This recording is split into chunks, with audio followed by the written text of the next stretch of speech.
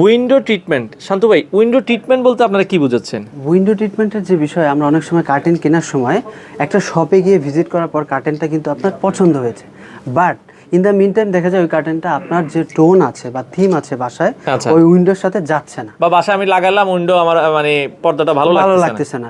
সেইটার ক্ষেত্রে curtain canvas যেটা করে, আমরা শার্ট প্যান্ট যেমন শপে গিয়ে ট্রায়াল দিই, ওইটা কিন্তু আপনার একদম স্পেসে লাইভ চলে যাবে।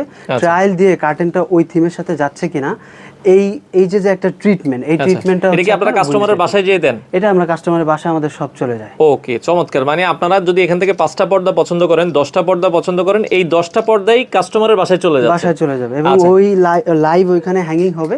ওইটার সাথে যে পারফেক্ট ম্যাচ আপ বা টোন যেটা হয়, সেটা কিন্তু আমরা আচ্ছা, মানে এটাই কিন্তু একটা উইন্ডো ট্রিটমেন্ট। মানে আপনার বাসায় কোন পর্দাটা ভালো লাগবে এটা আপনারা লাইভ করে দিচ্ছেন।